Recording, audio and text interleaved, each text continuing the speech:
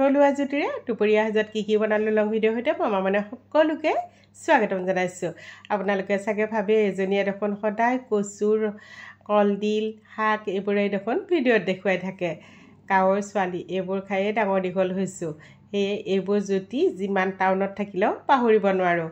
বলক আজি কি বনালোঁ দেখুৱাই আছোঁ। কচুথুৰি অলপ কাটি লৈছোঁ। এইফালে কেৰাহীত তেল গৰম হৈ আছিল, পাঁচফোৰণ দিলোঁ, কেইফোটামান দিছোঁ নহৰু, 3টামান দিছোঁ কেঁচা জলকীয়া, জোখমতে হালধি দিলোঁ। এতিয়া কচুখিনি বহাই দিছোঁ। গোটেইখিনি বহাই দিলোঁ। এতিয়া দিলোঁ সোৱাদ অনুযায়ী নিমখ। এইখিনি ভালদৰে লৰাই লৈছোঁ। মই আকৌ কচুথুৰি খাই বৰ ভাল পাওঁ।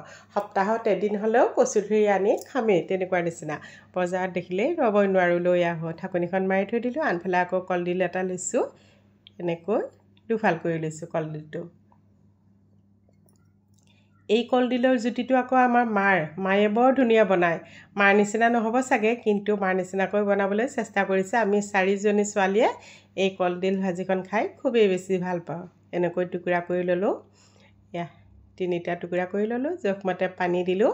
ঢাকনিখন লগাই 2টা চিটি মাৰি ল'ম। এইফালে মাজতে আকৌ কচুখিনিও লৰাই লৈছোঁ। আনফালে আকৌ গাখীৰো গৰম হৈ আছে। চাহ একাপো বনাই খাব লাগিব, কাৰণ আপোনালোকে জানে মই দুপৰীয়া চাহ খোৱাৰ এটা নিচা আছে।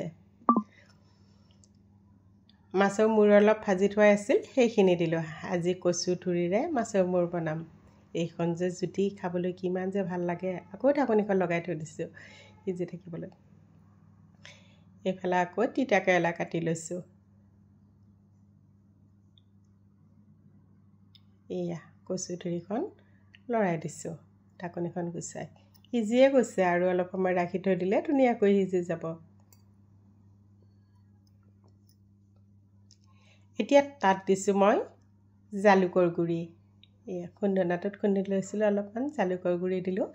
জালুকৰ গুড়ি কচুথুৰি দিলে খাবলৈ বৰ ভাল লাগে। আনফালে আকৌ আন এখন কেৰাহীত তেল গৰম হৈ আছিল, তাত দিলোঁ পিঁয়াজ, 2টা দিছোঁ জলকীয়া, জোখমতে দিলোঁ হালধি। এতিয়া তিতা কেৰেলাখিনি বহাই দিছোঁ। মই আকৌ তিতা কেৰেলা ভাতত দি বা পিটিকা কৰি, ভাতত দি পিটিকা কৰিলে বা এনেকৈ ভাজি খাই যি কৰি হ'লেও ভালেই পাওঁ। তিতা কেৰেলা খাবলৈ বেয়া নাপাওঁ। আজি ভাজি বনালোঁ এইদৰে।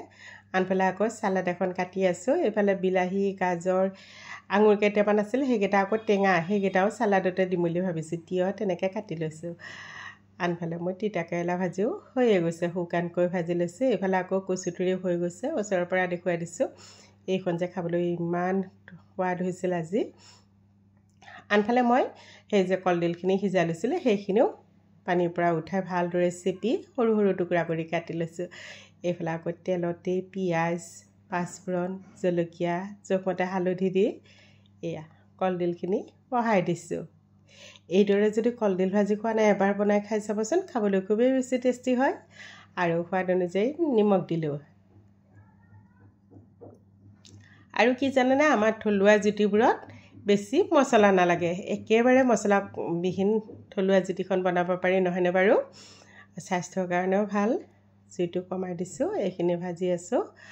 আৰু এইদৰে যদি কলডিল ভাজিখন খোৱা নাই, এবাৰ বনাই খাই চাবচোন, খুবেই টেষ্টি হয়।